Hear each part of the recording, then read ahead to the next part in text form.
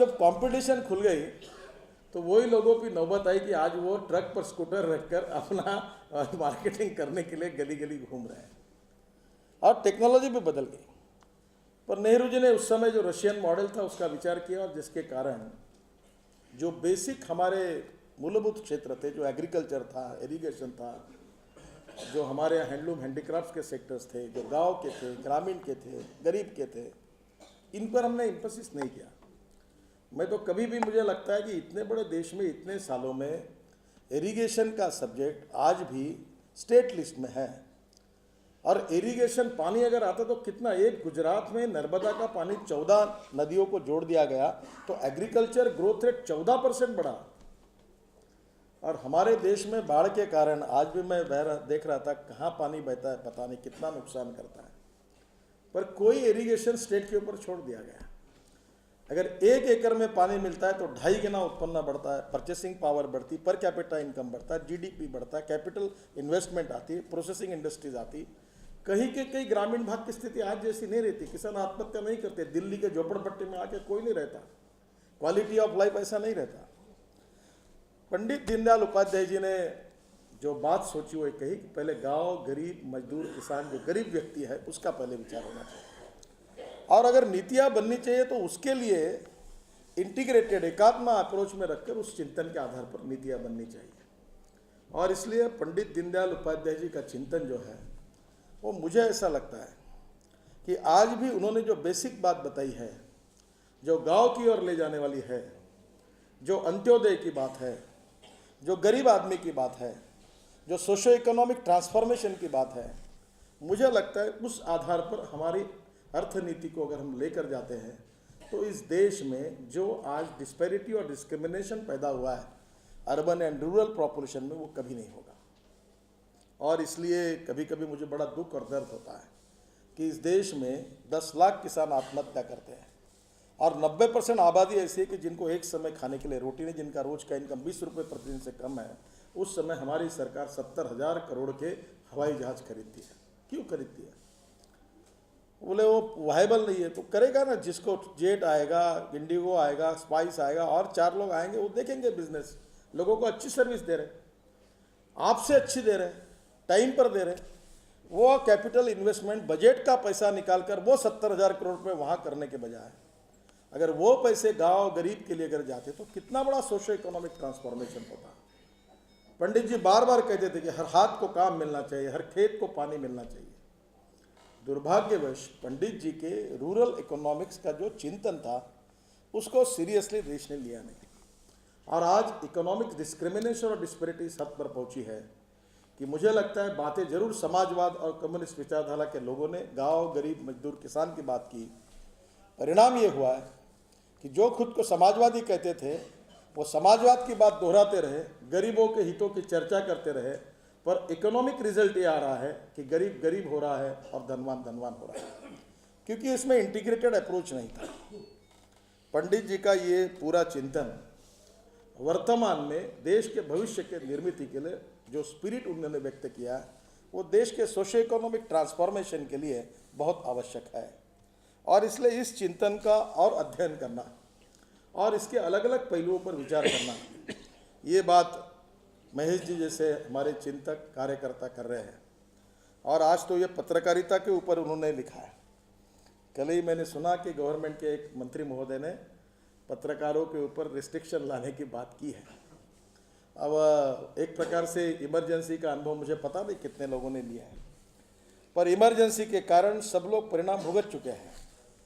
पर एक बात है कि अगर लोकतंत्र अगर 4 स्टेट है, उसमें से अगर हमारी लेजिस्लेटिव विंग है, जुडिशरी है, हमारी पत्रकारिता है, हमारे एग्जीक्यूटिव विंग है, तो सबने अपने मर्यादा में रहकर काम करना चाहिए।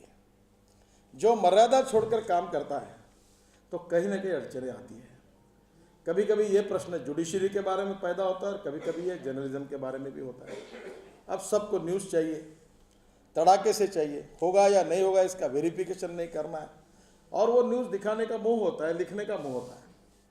कभी कभी बहुत लोगों का जीवन इससे उद्ध्वस्त हो जाता है। लेना नहीं देना नहीं कुछ भी होकर इतनी बड़ी बड़ी बातें लिखी जाती हैं कि वो समझ में नहीं आता कि ये क्यों लिख रहे हैं।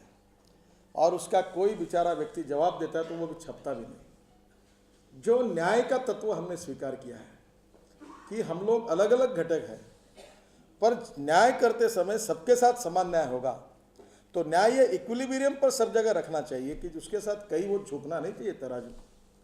अगर हम कर्तव्यों की बात करते हैं तो जिम्मेदारी की भी बात करिए, अगर अधिकार की बात करते हैं तो उसके साथ साथ जिम्मेदारी क्या है, कर्तव्य क्या है, इसको भी याद रखिए।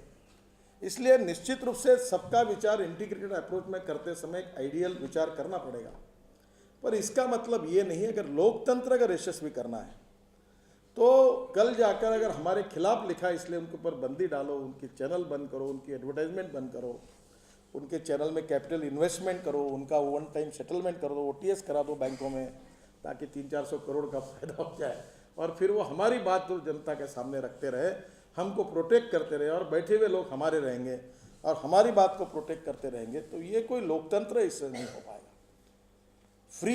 फ्रीडम जो है ये अगर मिलनी चाहिए तो सबको मिलनी भी चाहिए, पर फ्रीडम मिलने के बाद उसके साथ जिम्मेदारपूर्ण व्यवहार भी होना चाहिए। और मुझे लगता है ये प्रबोधन, प्रशिक्षण एंड रिसर्च एंड डेवलपमेंट का सब्जेक्ट है। हमारे हर क्षेत्र में हम प्रश्न और समस्याओं का सामना कर रहे हैं, और इसके लिए आज हम जो है उससे अच्छी हमारी व्यवस्था और हमारे व्यक्ति तैयार हो, और उसके लिए सतत निरंतर रूप से ये सब तैयार करते समय इसके पीछे राष्ट्रवाद के विचार की भावना हो, समाज और देश हित की बात हो, वसुधैव कुटुंबकम ये उसमें विचार हो, सबका कल्याण हो ये उसमें भावना हो, किसी प्रकार का डिस्क्रिमिनेशन, किसी प्रकार का अन्याय ये किसी भी परिणाम के स्वरूप निकलना नहीं चाहिए। और इसलिए इसको सोच जो है वो इंटीग्रेटेड होनी चाहिए, तो समाज के सभी क्षेत्रों में संतुलन बना रहेगा। और ये संतुलन जो है ये बनाने की बात जो समाज और देश हित में विचार करके पंडित दीनदयाल उपाध्याय जी ने अपने चिंतन में रखी।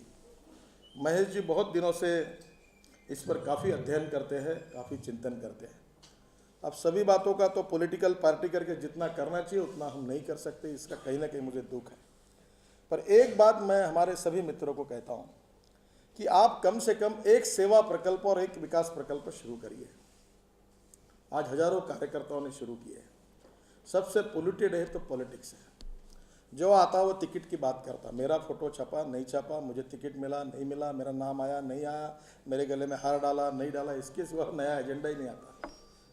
पर ये कमी उनकी नहीं है, ये कमी पॉलिटिकल पार्टी की है कि हम हमारे नेताओं को और कार्यकर्ताओं को देश और समाज के प्रति जागरूक करके उनको उस तरह के कार्यकर्ता बनाने की जो प्रोसेस की जिम्मेदारी लोकतंत्र में हमारे ऊपर है, उस प्रोसेस में हम कहीं तो भी कम पड़ रहे हैं, जिसके कारण हम लोगों को जीवन में काम करने का जीवन दृष्टिकोण, पार्ट ऑफ लाइफ कन्विक्शन देने में कुछ कम पड़े हैं। और मुझे लगता है कि ये जो अलग अलग क्षेत्र का जो चिंतन है, इसका जो स्पिरिट है, उसका जो स्ट्रक्चर है, और उसके आधार पर अलग अलग विषयों का आधार पर चिंतन करके भविष्य की वर्तमान स्थिति को ध्यान में लेकर, क्योंकि ये भी बात एक महत्वपूर्ण है Mahesh ji, old is gold ये सच नहीं है। मैं नई पीढ़ी का हूँ। अगर मुझे कोई बोल देगा कि गाय को नमस्कार करो क्योंकि इसमें 36 करोड़ देव है, भगवान है, तो मैं कहूँगा कहाँ है दिखाओ। क्योंकि जो नई पीढ़ी आई है वो तो अभी, और जो मेरे से वो और अलग है, वो हर बात के लिए पूछती है।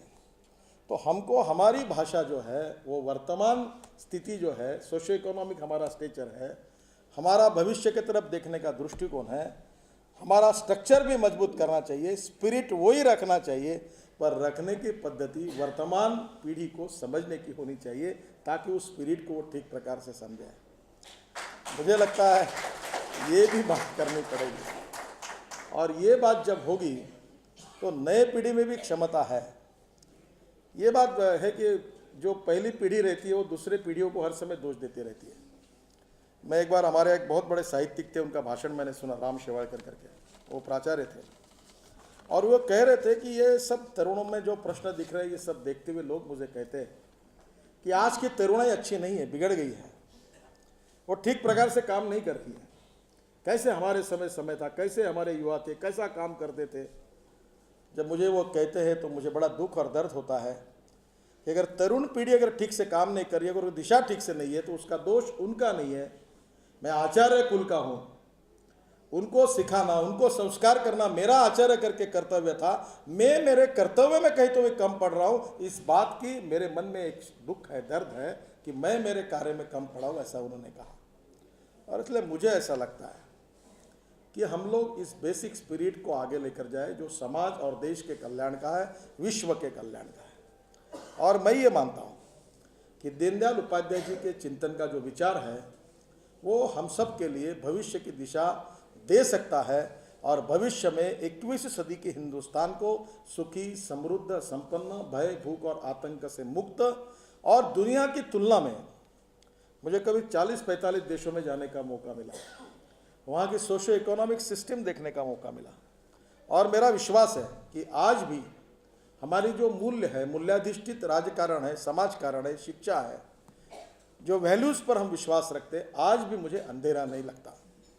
मैं बड़ा पॉजिटिव हूँ और विश्वास है मुझे कि बेसिक आधार पर हम भी ये स्थितियों को बदल सकते हैं।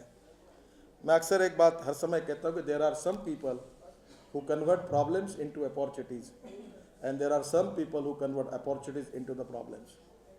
मुझे लगता है कि परिस्थिति निराश न होते हुए इस चिंतन को समाज के आखिरी व्यक्ति तक प्रभावी रूप से पहुंचाना और विचार को मिशन के रूप में स्वीकार करने वाले नए पीढ़ी के लोगों को खड़ा करना, ये उसी समय होगा जब पुराना हमारा चिंतन आज के परिप्रेक्ष्य में नए पीढ़ी के सामने आएगा।